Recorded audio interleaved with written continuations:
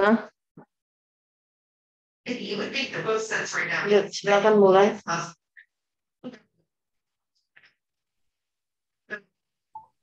In the first year, we've got to cut 37,000 from the budget. There's 12,000 which is completely unnecessary, so that can go. We've budgeted 76,000 for the first bookshop. So Ibu mohon maaf, izin masuk. Ibu mohon maaf, apakah Ibu bisa di-mute dulu sebentar ya? Terima kasih, Ibu.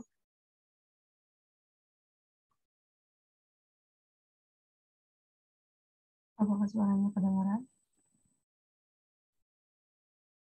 Ya, langsung aja ya. Injury, yang artinya sel cedera. Next. Saya nggak bisa mendengar kalau nilai.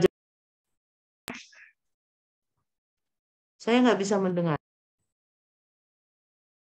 Injury, yang artinya sel cedera. Next.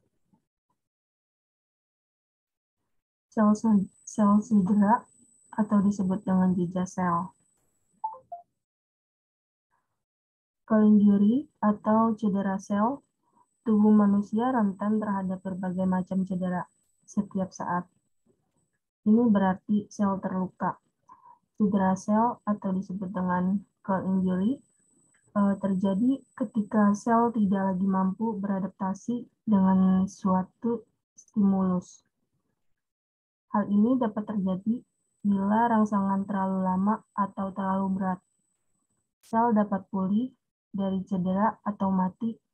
Dari jenis sel ada ukuran dan cedera berikut. Berikut saya akan sebutkan jenis sel. Yang pertama itu ada hipoksia, yang kedua cedera kimia atau narkoba, yang ketiga cedera fisik. Next.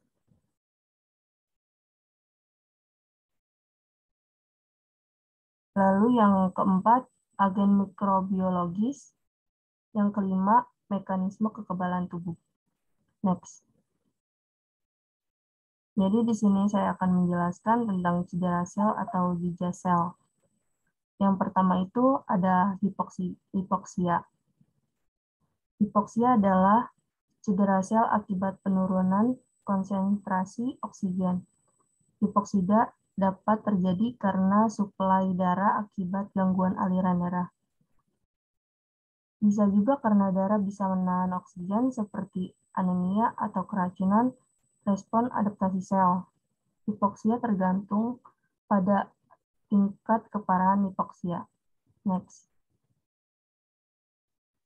Lalu yang kedua itu ada cedera kimia. Bahan kimia termaksud obat-obatan menyebabkan perubahan berbagai fungsi sel, seperti menghasilkan energi, mencerna lipid dan protein sehingga sel menjadi rusak dan mati. Misalnya lambung, yang sering terjadi akibat sering mengonsumsi obat, analgetik, dan kortikosteroid.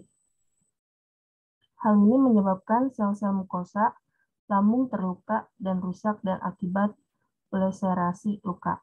Next. Lalu ada cedera fisik. Agen fisik seperti trauma mekanis, suhu rendah, dan suhu terlalu tinggi. Radiasi dan trauma listrik, semua agen.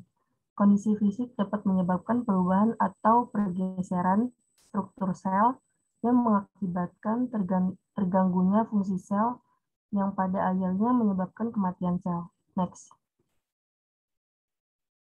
Lalu ada agen mikrobiologis.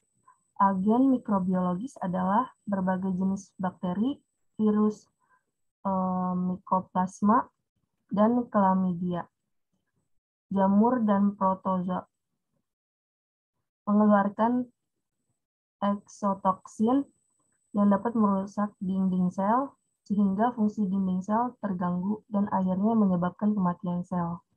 Next. Mekanisme kekebalan tubuh. Reaksi imun sering menjadi penyebab kerusakan pada sel. Misalnya penyakit alergi yang sering dialami pasien usia lanjut atau karena reaksi imun lain yang menyebabkan gatal atau kerusakan sel. Next.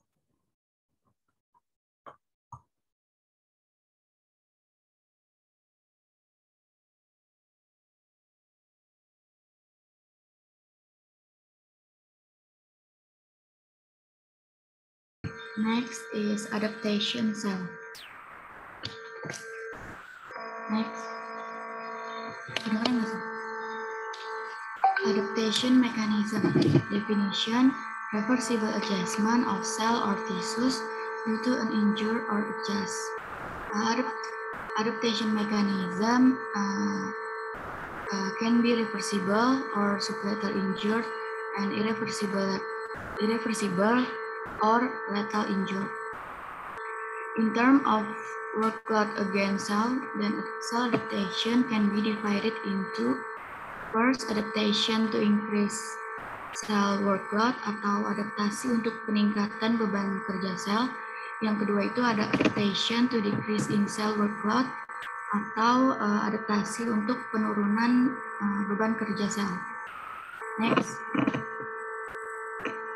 The first is subletal injury.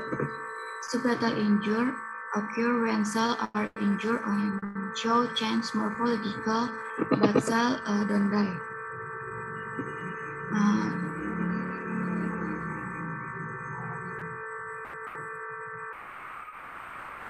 Subletal injury is also called reversible injury atau bisa disembuhkan, disebut juga degeneratif. Subletal injury is divided into first is cell swelling atau pembekakan sel.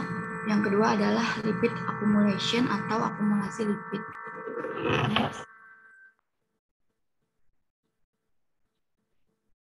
Next. First is cell swelling. Cell swelling is the most frequent change in the form of accumulation of fluid in cell due to disruption of fluid regulation mechanism.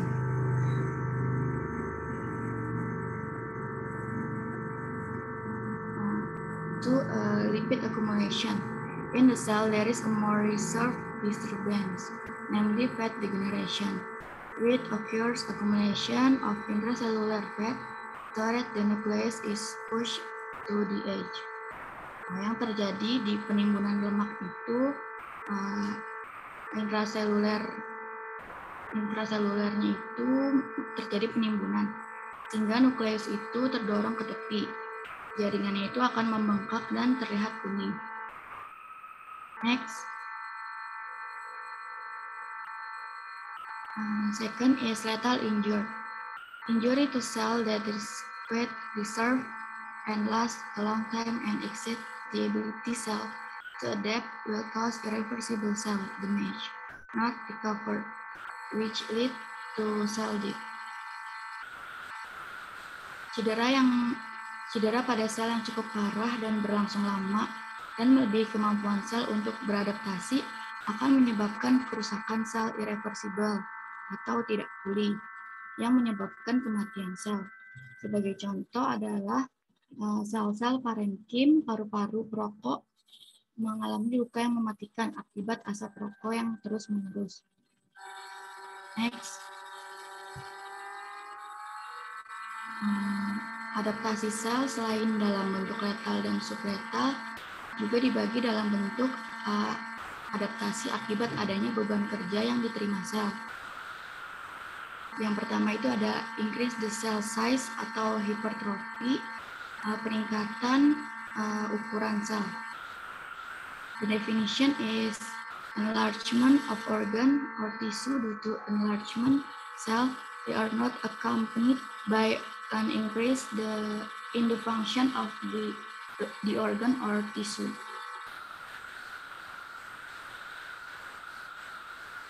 Hypertrophy can be physiological or pathological.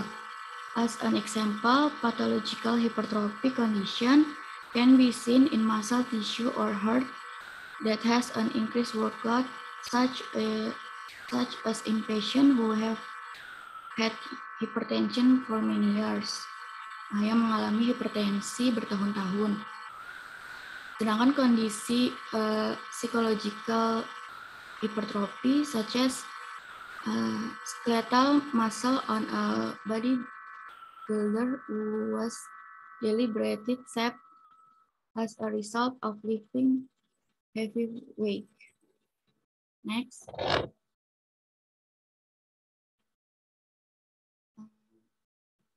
The second is decrease in cell size or atrophy, penurunan ukuran sel.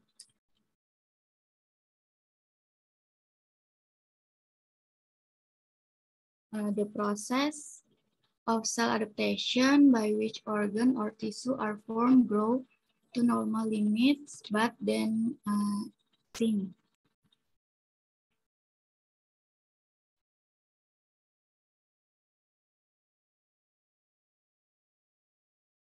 For example, is the process of aging, while all parts of the body appear gradually decrease. Sifat fisiologisnya itu misalkan dalam proses penuaan, di mana semua bagian tubuh itu tampak berangsur-angsur berkurang. Lebih jelasnya kapan itu terlihat pada saat usia lanjut yang mengalami atrofi endokrin sehingga hormon itu menurun.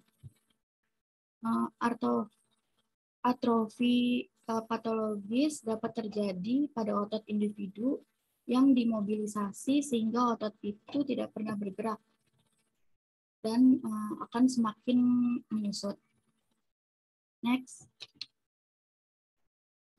Third is increase the number of cells or hyperplasia. The absolute increase in the number of cells in a tissue or organ, which causes enlargement of the tissue or organ, accompanied by an increase in the function of the organ or tissue.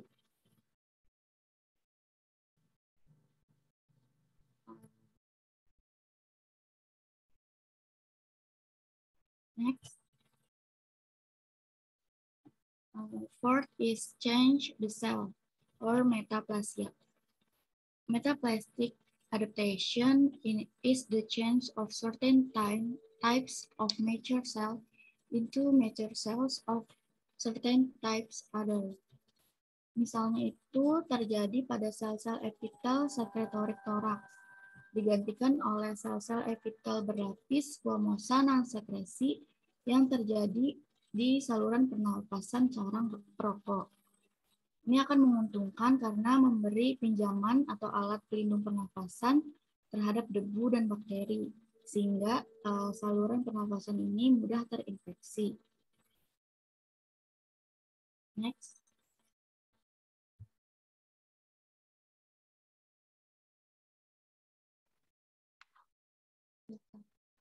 The last is cell death. Next. Cell death, cell injury, and death can be caused by lack of oxygen, hypoxia, chemicals, physical agent, microbiological agent, and immune mechanism. Cedera dan kematian sel dapat disebabkan kekurangan oksigen, hipoksia, bahan kimia, agen fisik, agen mikrobiologi, dan mekanisme imun. Berdasarkan tingkat kerusakannya, cedera atau jejak sel dikelompokkan menjadi dua kategori utama, namely reversible injury and irreversible injury, atau cell death. Disease reversible adalah suatu keadaan ketika sel dapat kembali ke fungsi dan morfologi semula jika rangsangan perusak ditiadakan. Sedangkan disease irreversible adalah suatu keadaan saat kerusakan berlangsung secara terus-menerus sehingga selnya tidak dapat kembali ke keadaan semula dan sel itu akan mati. 8. Kekurangan oksigen hipoksia adalah penyebab paling umum cedera dan kematian seluler. Kondisi berikut dapat menimbulkan masalah seperti iskemia, trombosis, emboli, infark, dan nekrosis. Cedera ini bersifat reversibel pada beberapa keadaan atau dapat berlanjut menjadi permanen, yaitu irreversible. Next. The first is ischemic. Ischemia is a lack of blood supply to the localized area. This situation is reversible. The tissue returns to normal function after oxygen is flowed back. Ischemia usually occurs in the presence of atherosclerosis, which is narrowing of blood vessels due to accumulation of lipid or fat. An example of this condition is angina pectoris. In the heart, which has clinical symptoms in the form of pain in the left chest and disappear when resting. Jadi iskemik ini merupakan kekurangan suplai darah pada area terlokalisasi. Keadaan ini bersifat reversibel, yaitu jaringan kembali pada fungsi normal setelah oksigen dilahirkan kembali. Iskemik biasanya terjadi pada adanya aterosklerosis, yaitu penyempitan pada pembuluh darah akibat penimbunan lipid atau lemak. Contoh keadaan ini adalah angina pectoris pada jantung yang memiliki gejala klinik berupa rasa nyeri atau sakit pada dada sebelah kiri dan menghilang ketika istirahat. Next. The second is thrombosis. Thrombosis is the formation of a clot in the inner lining endothelium of a blood vessel. Thrombosis can reduce blood flow or completely block blood vessels. Thrombosis can also occur in the endothelial lining of the heart. Thrombosis is an artery, can stop blood flow to the area supplied by the vessel and cause ischemia or infarction in the area. Trombosis adalah pembentukan bekuan pada lapisan dalam endotel pembuluh darah. Trombosis dapat menurunkan aliran darah atau secara total menyumbat pembuluh darah. Trombosis juga dapat terjadi pada lapisan endotel jantung. Trombosis pada arteri dapat menghentikan aliran darah ke area yang dialiri pembuluh tersebut dan menyebabkan iskemik pada area tersebut. Next. The third is embolism. Embolism is a collection of blood clots, thrombus, or it can be from other substances such as cholesterol that is released from the main blood vessel and enter the bloodstream, which can go anywhere and cause various problems, including stroke, coronary heart disease, kidney failure, or pulmonary embolism. So, emboli adalah kumpulan bekuan darah, atau disebut juga trombus, atau bisa juga dari substansi lain seperti kolesterol yang terlepas dari pembuluh darah utama dan memasuki aliran darah yang dapat menuju kemana saja sehingga menyebabkan berbagai masalah, termasuk stroke, jantung koroner, gagal ginjal, ataupun emboli paru. Next.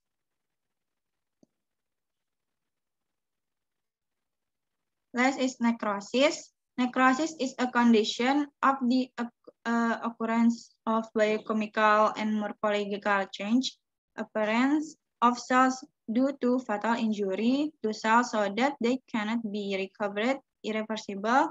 Necrosis is also called cell death, cellular death, which can occur throughout the body, somatic death, or is limited to a tissue only in certain cells. Jadi nekrosis adalah keadaan terjadinya perubahan biokimia dan morfologi sel akibat cedera yang fatal pada sel sehingga tidak dapat pulih kembali atau disebut juga irreversible. Nekrosis juga disebut kematian sel atau cellular death yang dapat terjadi pada seluruh tubuh, somatic death atau terbatas, mengenai suatu jaringan hanya pada sel tertentu saja.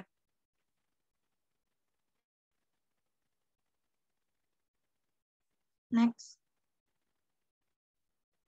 That's all our presentation.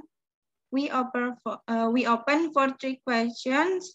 Please raise your hand and unmute your voice if you want us. Thank you.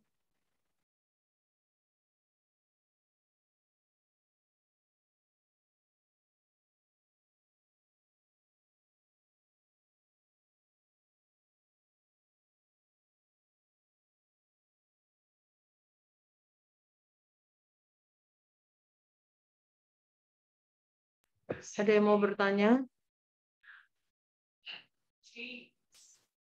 Izin dok, Rena Syarani Devi sudah raise hand. Ya, silakan. Assalamualaikum warahmatullahi wabarakatuh.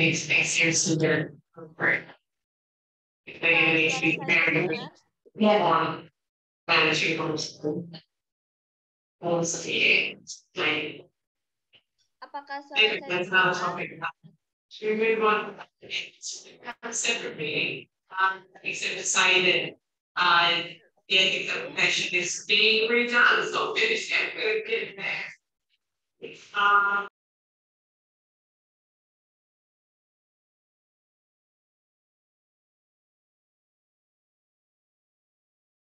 Apakah suara saya sudah terdengar, Anissa?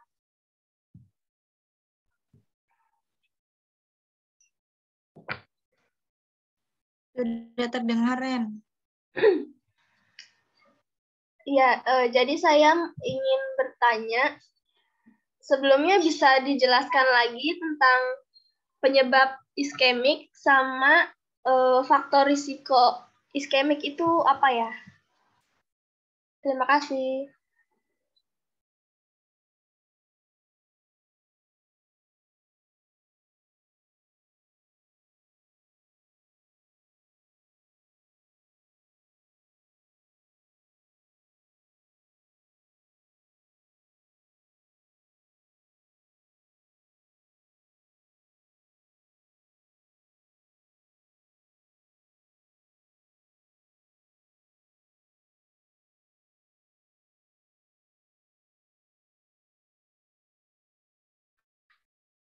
Okay, we will coba.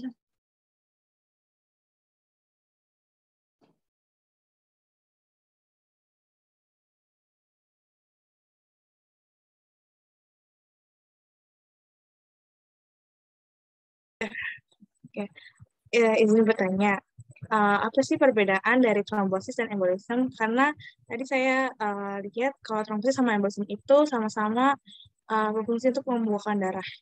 Jadi pembedaannya apa ya? Terima kasih. Oke, thank you, Marsha. Next, Faisa. Oke, sebelumnya, jadi saya mau bertanya, tadi kan di slide dijelaskan tentang cedera mematikan. Nah, itu bisa dijelaskan lagi nggak contohnya? Gimana? Oke, gitu aja, makasih.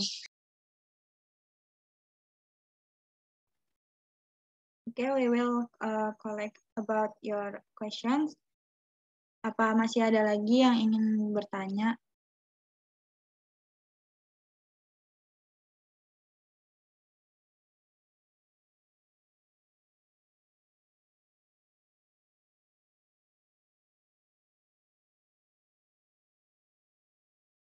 Jika sudah tidak ada yang bertanya lagi, izinkan kelompok 1 untuk menjawab pertanyaan.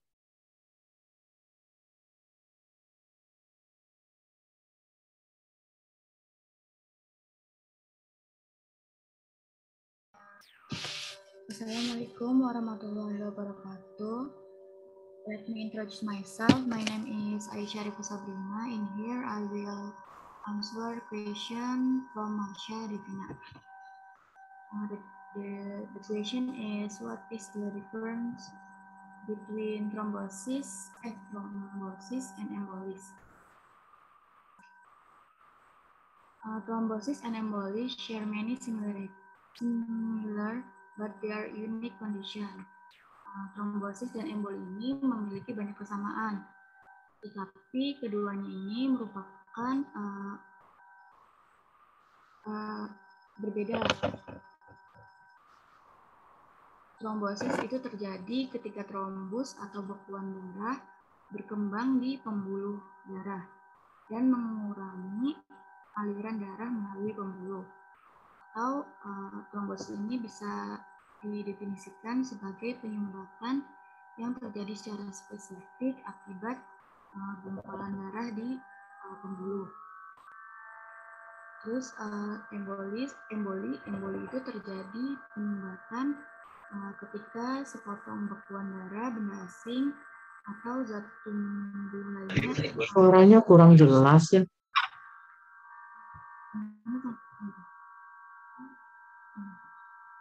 Diulang ya, dok. Perbedaan trombosis dan emboli itu yang pertama, trombosis itu terjadi penyumbatan secara spesifik akibat gumpalan darah di pembuluh darah. Sedangkan pada emboli itu terjadi penyumbatan yang disebabkan oleh benda atau zat asing apapun, termasuk gelembung udara, lemak, atau bahkan cairan ketuban. Sekian dari saya penjelasan tentang perbedaan trombosis dan emboli. Apakah sudah terjawab, Marsha? Sudah, Sabrin, makasih. Welcome. Baik, selanjutnya izin memperkenalkan diri, nama saya Anissa. Saya akan menjawab pertanyaan dari teman saya, yaitu Rena. Pertanyaannya, bisa dijelaskan lagi mengenai penyebab iskemik dan apa faktor resiko iskemik. Jadi penyebab iskemia itu paling sering terjadi akibat aterosklerosis, yaitu penumpukan plak di pembuluh darah. Akibatnya aliran darahnya itu menjadi terhambat. Penumpukan ini terjadi secara perlahan sehingga jarang disadari. Selanjutnya iskemia risk factors. Jadi faktor resiko iskemia ini dapat meningkatkan resiko seseorang untuk mengalami iskemia. Misal contohnya karena kondisi medis tertentu seperti diabetes, hipotensi, kolesterol tinggi, gliseridanya tinggi, obesitas, dan pembekuan darah, serta kondisi peradangan seperti pankreatitis dan diverkulitis. Selanjutnya ada kebiasaan merokok, konsumsi minuman beralkohol yang berlebihan, penyalahgunaan narkotika, cedera, jarang berolahraga, dan bisa juga karena ukuran lingkar pinggang yang lebih dari 80 cm pada wanita dan 90 cm pada pria. Sekian jawaban dari kelompok kami. Apakah Rena sudah terjawab? Iya, Nisam sudah cukup. Terima kasih, Rena. Pertanyaan dari saya ya. Untuk kelompok 1, coba jelaskan adaptasi sel apakah yang terjadi pada payudara ibu hamil dan menyusui.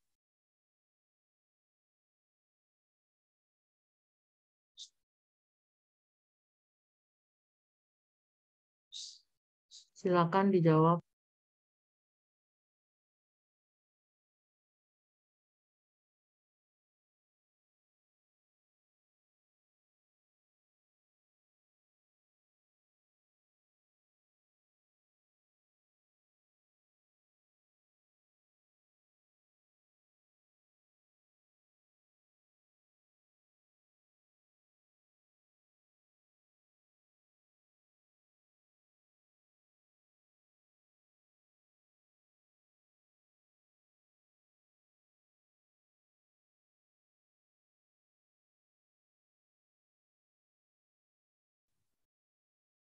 Ya. Bisa dijawab nggak?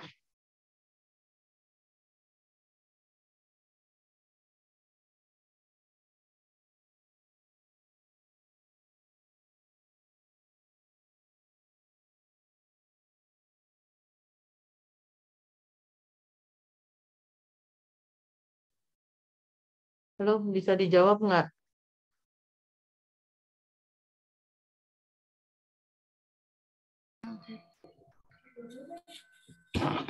Assalamualaikum warahmatullahi wabarakatuh. Izin menjawab, pada saat adaptasi sel itu perubahan pada ibu hamil itu pembesaran uterus, yaitu pembesaran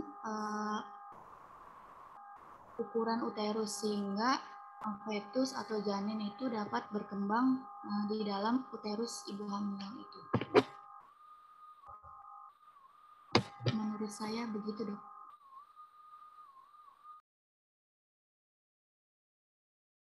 Apa? Nggak kedengaran saya. Nilainya jelek jangan salahin saya ya. Saya nggak denger nih. Tuh pakai headset juga ngomongnya pelan. Ya, Ibu. Assalamualaikum warahmatullahi wabarakatuh. Izin mengulangi pertanyaan dari Ibu. Apa yang terjadi pada saat Ibu hamil?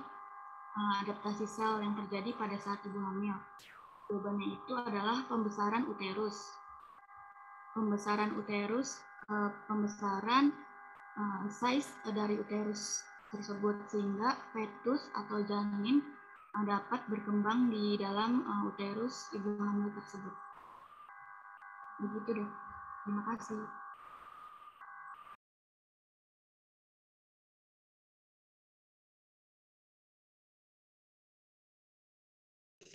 Pada selnya terjadi apa?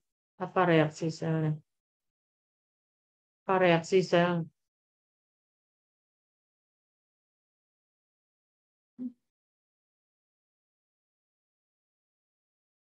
Apa?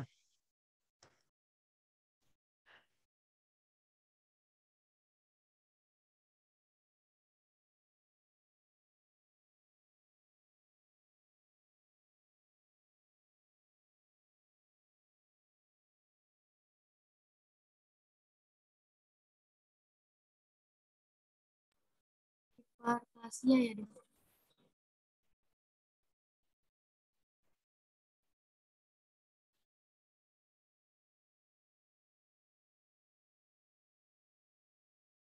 Izin menjawab, Dok. Hiperplasia.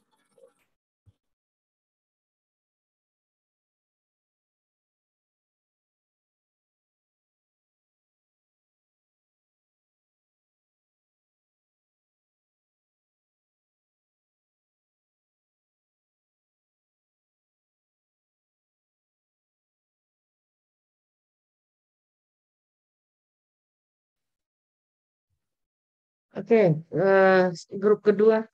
Grup kedua. Silakan presentasi.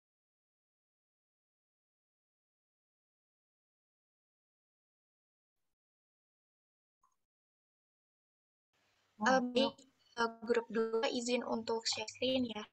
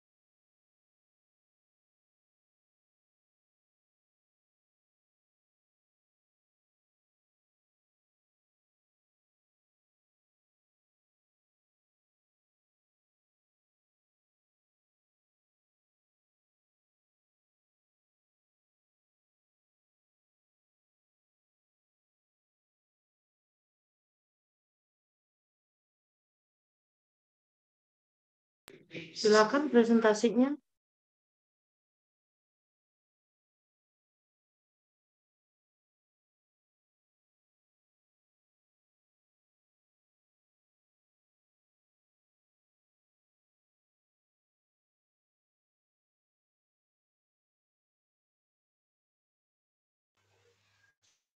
Okay, asking the permission to start our group presentation. We are from group 2. Let me introduce the member of group 2. There is myself, Fathia Kamila Zahra, and Bintang Eko Bono, and the last one is Bismil Hanifa. Today our discussions is about inflammation and recovery tissue.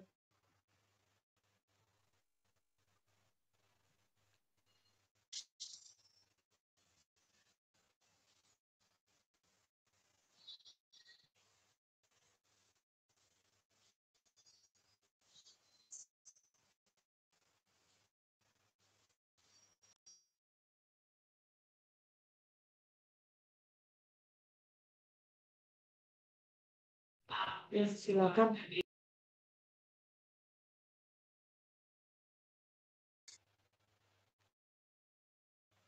So the first one is inflammation.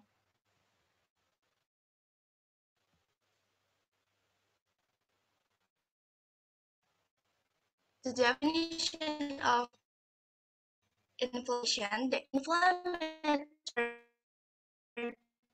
the inflammatory process is part of the immune response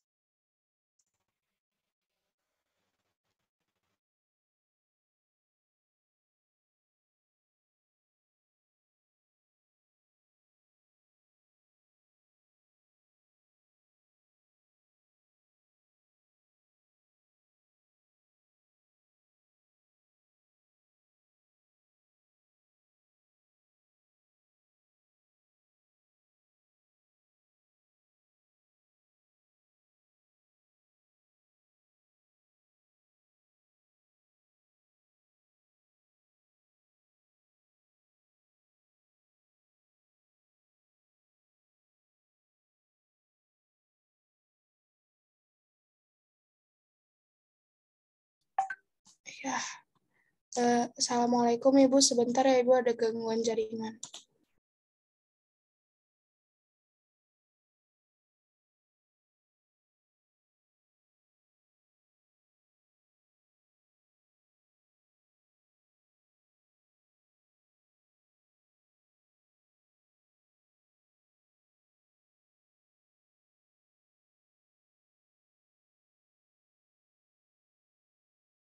Kenapa diam? Kenapa diam ini? Sebentar ya Ibu, mana? ada gangguan jaringan, mau diperbaiki dulu Ibu. Oh, ya udah.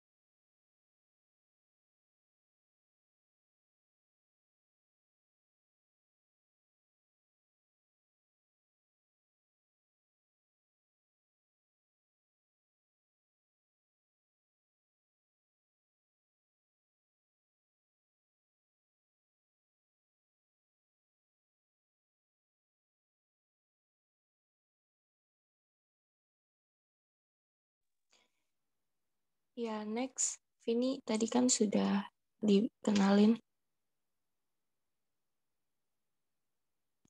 Ya, yang pertama itu ada inflammation.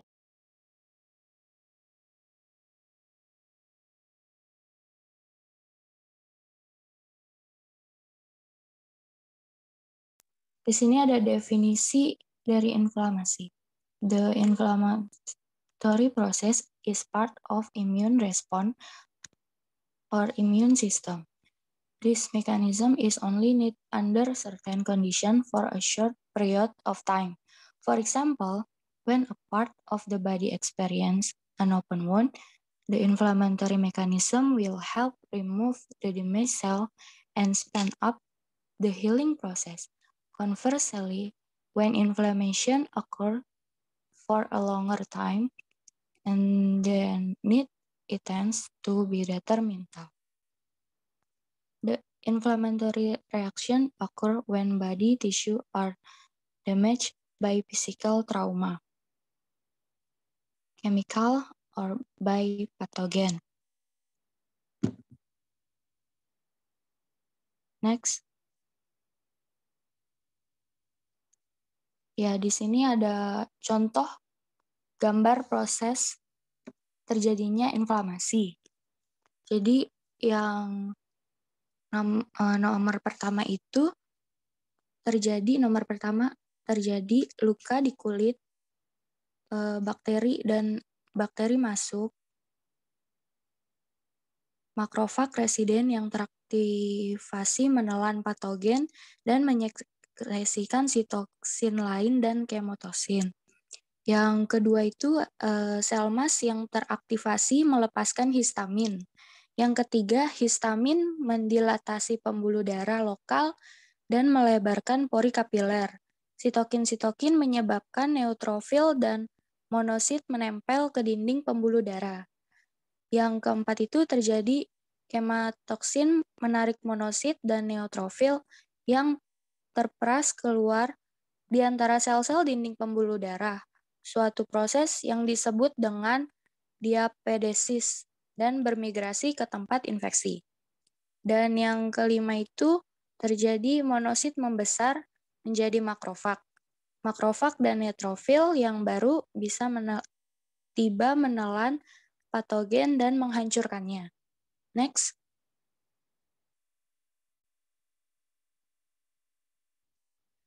Stage of inflammatory process. Yang pertama itu inflammation occurs, for example, when the skin is injured by a sharp object and cause a wound. The bacteria will infect the open tissue. Yang kedua itu semi-cell compounds histamine are the release due to tissue damage and blood capillaries become more permeable. Number 3 is there is an increase in blood capillaries that cause proteins and fluid to enter the tissue so that it causes swelling, redness of the skin, and pain. Number 4, phagocytes or macrophages and neutrophils destroy or eat bacteria and damage cells. Number 5, macrophage and destroy infection bacteria cell. Macrophage are large phagocytes capable of ingesting hundreds of pathogens and survive. Number 6, neutrophil arrive at the infect site and begin to eat the cell of the bacteria that infect the body. Neutrophils are a type of white blood cell that function to fight microbes that attack the body. And blood clots occur and network back healthy. Next. Di sini ada perbedaan antara inflamasi akut dan kronik.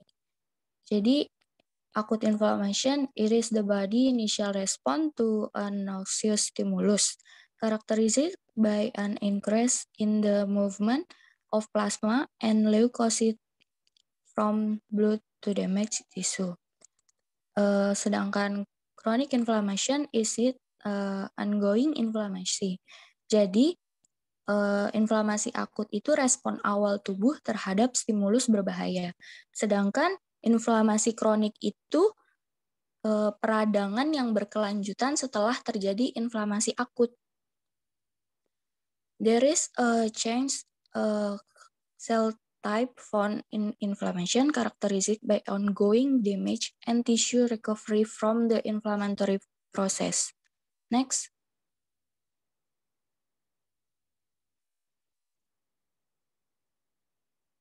Di sini ada inflammation type. Yang pertama akut itu reasonnya patogen, damage tissue. Sedangkan yang kronis itu reasonnya peradangan akut, benda asing, dan reaksi autoimun.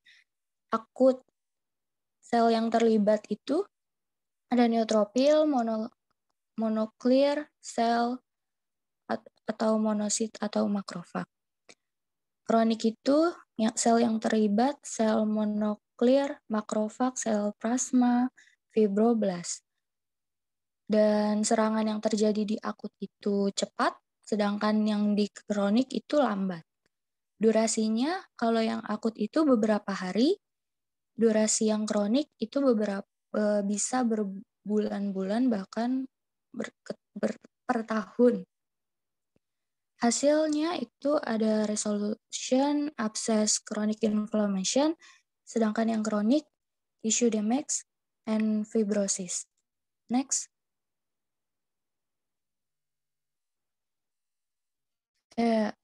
Yang pertama itu ada inflamasi akut. Acute inflammation is the body initial response to a noxious stimulus characteristic by increased movement of plasma and leukocytes from the blood to the next tissue. This type, for example, ketika lutut ditekuk, terluka oleh benturan, atau jari terluka atau tergores oleh pisau, the immune system will send an army of the blood cell to surround the protect the area, makes the area red and swollen. Menurut para ahli Harvard Medical School, prosesnya bekerja dengan cara yang sama ketika Anda menderita pilek atau radang paru-paru. Ini peradangan adalah proses yang penting, yang tanpa cedera dapat bernanah dan infeksi sederhana dapat mematikan. Next.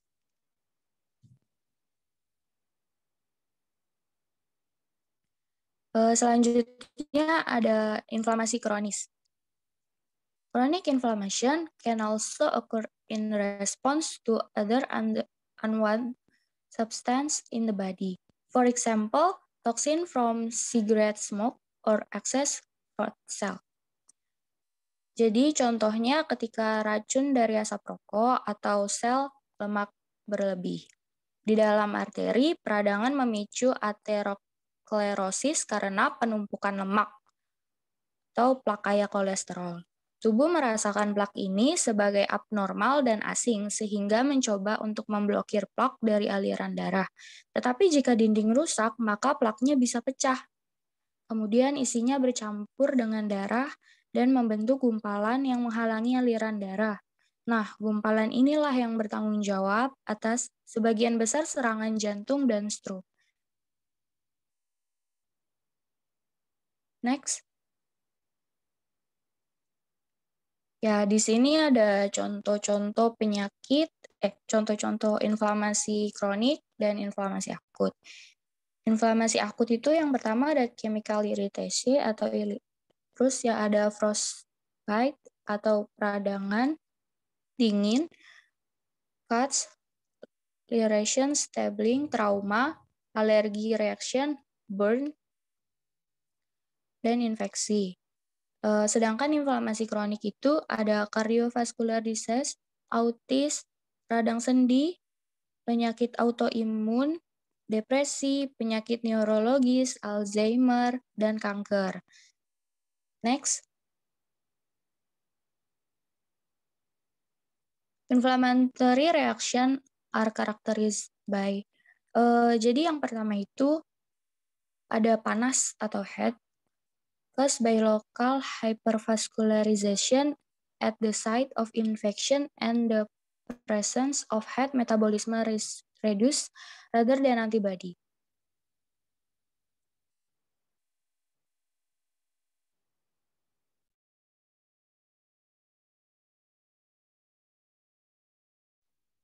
Atiyah, jika sudah bisa, silahkan dilanjut.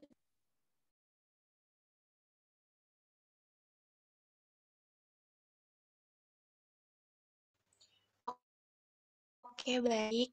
Bintang, terima kasih. Izin lanjutin ya. Jadi di sini ada inflammatory reactions, karakteristiknya. Karakteristik dari reaksi inflamasi yang pertama ada heat atau panas, caused by local hypervascularization at the site of infection and the presence of heat metabolism residues rather than antibodies. The more blood that collects in the affected area makes it feel hot to the touch. Then is pain. There is a perception of pain caused by tissue damage due to the pathogenic microorganism, due to the influence of substances, histamine, on test blood released injured cells. The third is redness atau kemerahan, the presence of redness in the infected area.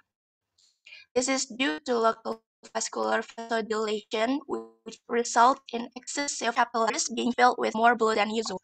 Boleh di next.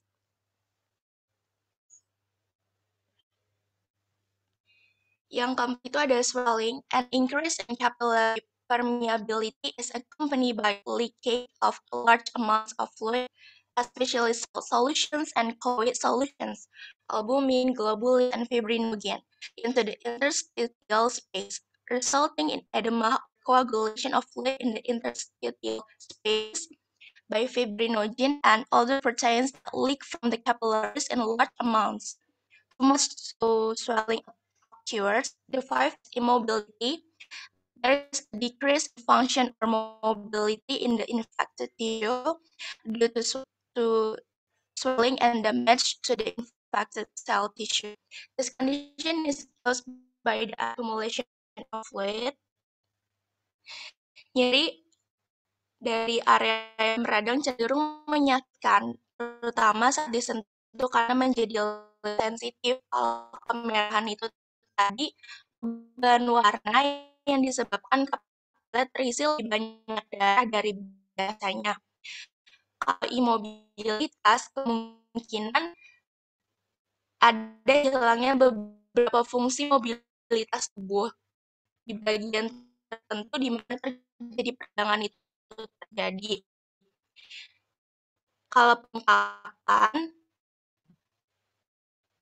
kondisi disebabkan oleh akumulasi cairan yang ada dalam tubuh. Tadi yang pertama-tama di awal itu ada panas.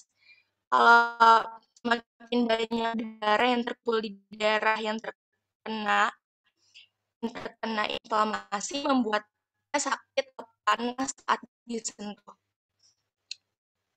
Boleh di next.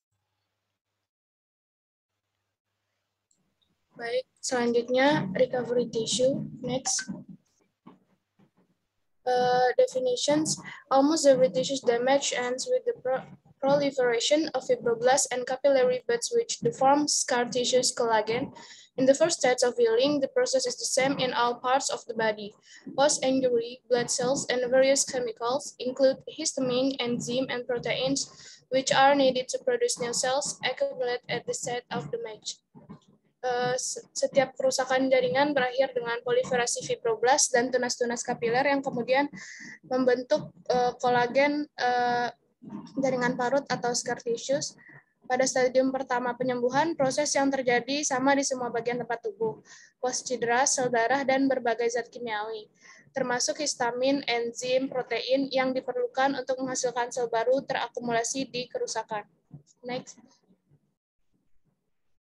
Types of healing of body tissues.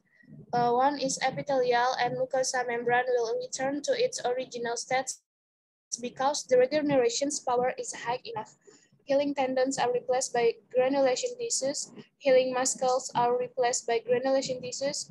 Bone tissues will regenerate. Cartilage irregular results can return or not.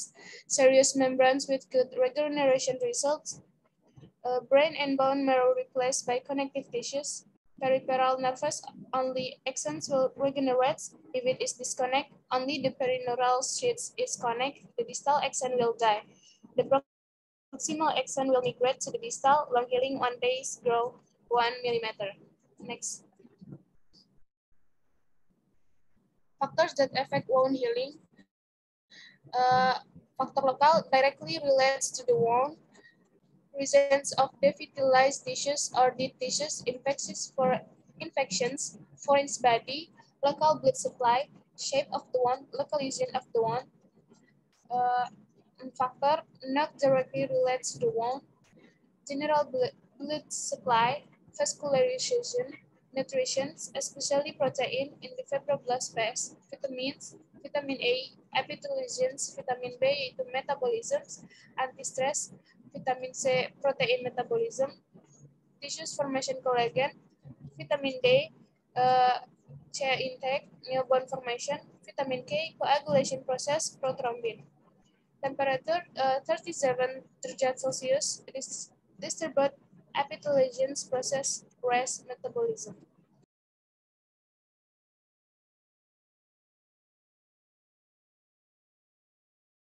Next. Sekian dari kelompok kami. Dari teman-teman, jika ada yang bertanya, silakan raise hand. Silakan buat yang mau bertanya ya. Ya, buat yang mau bertanya siapa?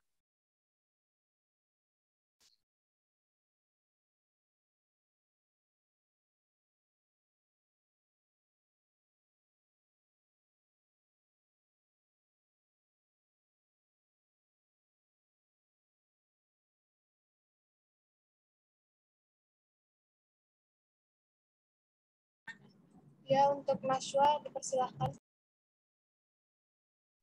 Ya, terima kasih moderator. Izin atas kesempatannya. Izinkan saya untuk memperkenalkan diri. Saya Naswa ingin bertanya, apa yang terjadi jika proses recovery jaringan mengalami gangguan? Itu saja pertanyaannya, dikembalikan lagi kepada moderator. Terima kasih.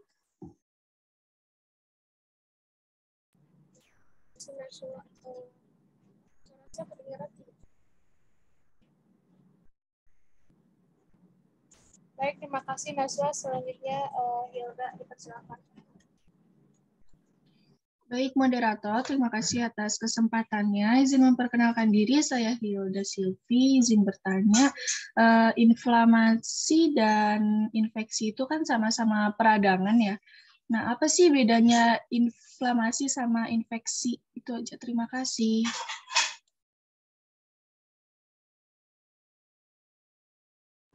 Terima kasih Hilda. Selanjutnya Nayu, dipersilakan. Terima kasih. Sebelumnya saya izin bertanya, sebelumnya perkenalkan saya Herti Nayu, izin bertanya, terjadinya inflamasi itu untuk apa ya? Dan tujuan inflamasi itu kenapa bisa, tujuan kenapa inflamasi terjadi itu seperti apa? Terima kasih.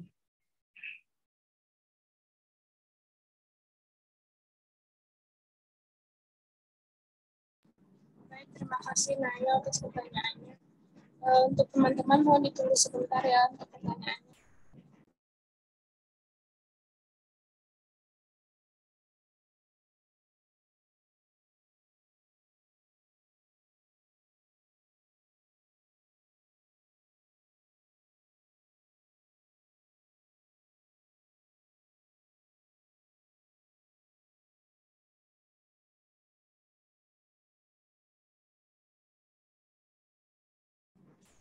Izin masuk, Ismail, saya akan menjawab pertanyaan dari Hilda, yaitu inflamasi dan infeksi itu bedanya apa? Apakah benar itu pertanyaannya?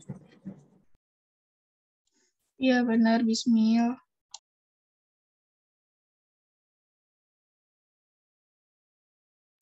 Ya, baik. Dari buku atau dari sumber yang saya dapatkan, infeksi itu merupakan mikroorganisme yang memperbanyak diri di jaringan tubuh yang menyebabkan peradangan. Sedangkan inflamasi adalah respon fisiologis yang ditimbulkan oleh kerusakan jaringan yang disebabkan oleh infeksi. Inflamasi ini juga merupakan bagian dari respon imun tubuh. Karena dalam prosesnya terdapat pembunuhan patogen, proses perbaikan jaringan, dan membantu mengembalikan homeostasis atau mekanisme makhluk hidup dalam mempertahankan kondisi konstan tubuhnya pada tempat yang terinfeksi. Dengan adanya kondisi ini, pasti akan menimbulkan tanda-tanda umum seperti kemerahan, rasa panas, bengkak, nyeri. Misalnya, salah satu bagian tubuh mengalami luka yang terbuka. Mekanisme inflamasi ini akan membantu menghilangkan sel yang rusak dan mempercepat proses penyembuhan. kemerahan yang terjadi akibat infeksi dikarenakan adanya peningkatan aliran darah ke area tersebut, sehingga menimbulkan warna kemerahan. Yang biasanya ada rasa panas pada daerah infeksi karena tubuh ini mengkompensasi aliran darah lebih banyak untuk mengirim antibodi dalam melawan antigen maupun mikroorganisme penyebab infeksi. Aliran darah dan permeabilitas sel akan meningkat dan menimbulkan bengkak pada area yang terkena infeksi, disertai dengan rasa nyeri. Nah, rasa nyeri ini yang mengisyaratkan bahwa ada terjadi gangguan yang dikarenakan sel mengalami infeksi dan mengeluarkan zat tertentu. Apakah sudah jelas, Hidla? Sudah, Bismil. Terima kasih. Ya, sama-sama.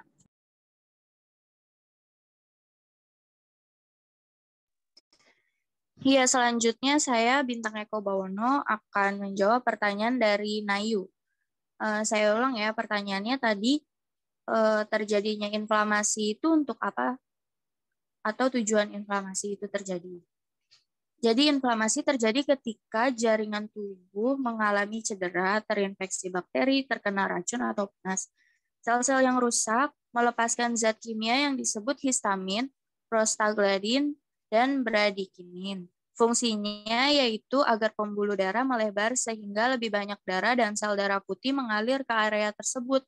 Jadi intinya inflamasi itu bertujuan untuk mekanisme tubuh untuk melindungi dirinya dari infeksi mikroorganisme asing, contohnya seperti bakteri, jamur, atau virus. Apakah terjawab, Nayu?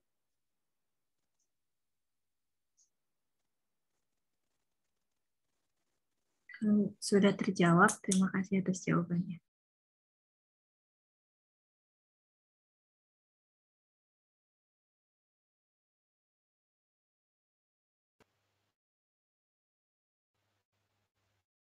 Baik, selanjutnya saya Atia akan menjawab pertanyaan dari Najwa. Pertanyaan dari Najwa ke kelompok 2 yaitu apa yang terjadi jika proses recovery jaringan mengalami gangguan? Baik, jawabannya, kalau recovery mengalami gangguan, maka akan terjadi kendala-kendala dalam tahapan penyembuhan itu sendiri, seperti tahap hemostatis, tahap inflamasi, tahap proliferasi atau pembentukan jaringan baru, tahap penanganan atau penguatan jaringan. Yang paling sering terjadi kalau gangguan jaringan itu sendiri mengalami gangguan adalah kurangnya suplai darah yang mengalir ke luka. Masalahnya, darah ini membawa oksigen dan nutrisi esensial yang dibutuhkan untuk memperbaiki jaringan yang rusak. Jadi, kalau sirkulasi darah, beberapa kondisi medis yang dapat menyebabkan luka atau kuning. Baik, akan saya lanjutkan ya. Jadi, dari pertanyaan Najwa tadi, apa yang terjadi jika proses recovery jaringan mengalami gangguan? Yang paling sering terjadi itu kurangnya suplai darah yang mengalir ke luka. Masalahnya darah yang membawa oksigen dan nutrisi esensial yang dibutuhkan untuk memperbaiki jaringan yang rusak. Jika suplai darah kurang, sirkulasi darah tentu akan memburukkan. Ini bisa membuat luka membutuhkan waktu 2 kali lebih lama untuk sembuh. Contohnya kondisi medis yang menyebabkan luka susah untuk sembuh atau tingkat kesembuhannya itu rendah. Seperti diabetes, terus infeksi pada luka, gangguan pembekuan darah, anemia, cedera pada luka, dan salah satunya yaitu konsumsi obat yang menghambat pembekuan darah dan sistem imun. Luka yang lama sembuh biasanya akan menimbulkan bengkak, rasa sakit kuat, dan munculnya nanah. Apakah terjawab, Najwa? Iya, terjawab. Terima kasih Atia sama Bismil.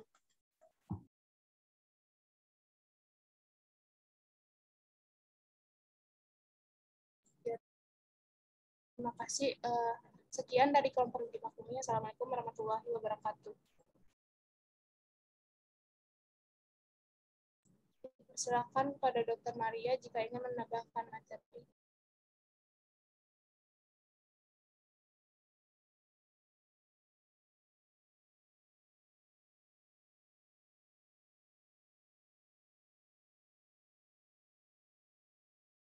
Oke, masih ada pertanyaan?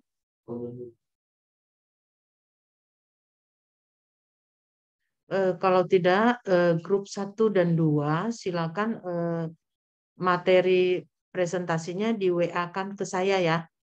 Kirimkan ke WA saya. Nilainya saya nanti kirim ke Bu Pram. Oke ya. Nah, pertemuan kita berikutnya saya kasih materi. Nah, kelompok yang ketiga siap-siap presentasi setelah saya kasih materi. Ya. Kelompok 3 dan 4. Nanti saya kasih materinya 3 dan 4. Oke ya? Oke? Ya, selamat pagi. Saya live ya. Kita udah foto kan? Udah foto belum? Izin untuk screenshot terlebih dahulu. Bisa on cam dulu ya semuanya.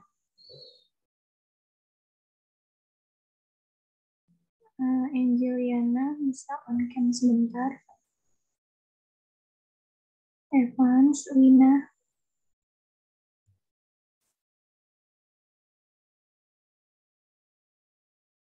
Ya, slide 1. Evans, Lina, apa bisa on cam?